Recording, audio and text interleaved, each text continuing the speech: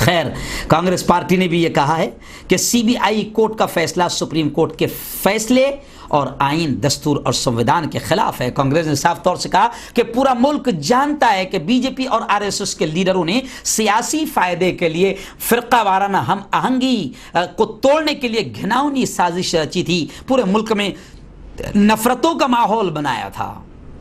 جی ہاں، آئیے تھوڑا سا آخر میں آپ کو بتا دوں، ہنسی بھی آ رہی ہے، کیا کریں، افسوس بھی ہو رہا ہے کہ کیسے لوگوں کو عدالتوں میں معاملہ لے جانے کے لیے اب کہا جائے گا، کیونکہ لوگ تو گالیاں دیں گے، عدالت کا نام سنتے سے لوگ اتنے ناراض ہیں کہ وہ تو بالکل برا بھلا کہیں گے۔ لیکن آئیے میں آپ کو آخر میں بتاتا ہوں کہ جج نے کل 2 گھنٹہ دیر سے کورٹ میں آئے، جج محترم کورٹ روم میں آئے اور جے شری رام کے نعروں کے درمیان 10 منٹ میں جج صاحب نے فیصلہ سنا دیا، جبکہ فیصلہ 2300 صفحات پر لکھا تھا، مگر 3 پیج پر کا خلاصہ جج صاحب نے پڑھ کے سنا دیا۔ اور خلاصہ دیکھیے کیا تھا۔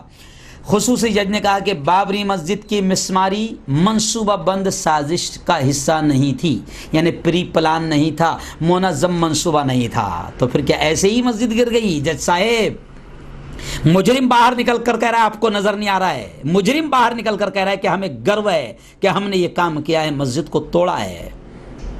جج صاحب کہہ رہے کہ منصوبہ بند سازش نہیں تھی۔ کار سیوکوں کا تاریخی بابری مسجد کو منہدم کرنے میں کوئی کردار نہیں ملا، تو پھر وہ جو چھڑے ہوئے تھے، وہ جو مسجد کے گنبدوں پر نظر آ رہے ہیں، وہ شاید جنات تھے، چڑیل تھی، بھوت تھے۔ جی ہاں، کار سیوکوں کا کوئی کردار نہیں ملا جج صاحب کو 28 سال میں۔ ایسے ہی ملزمین نے بھیڑ کو خاموش کرنے کی کوشش کی تھی۔ مسجد گرانے میں اڈوانی، مرلی منوہر جوشی، اما بھارتی، ونے کٹیار، یہ سب کا کوئی رول نہیں تھا۔ ماشاءاللہ، سبحان اللہ، جج صاحب کے علم، ان کے نالج کو سلام۔ ایسے ہی جج صاحب نے کہا کہ سی بی آئی کی جانب سے پیش جو ویڈیو کی گئی ہے وہ ناقابل قبول ہے، فوٹوگرافز خارج کر دیے۔ جی، اور پھر دوسری اور خاص بات جو جج صاحب نے کہی، آر ایس ایس اور وشو ہندو پریشد کا بابری مسجد منہدم کرنے میں کوئی کردار نہیں، یہ پوتر لوگ ہیں، ان کا اس سے کوئی لینا دینا نہیں ہے۔ جی ہاں جناب۔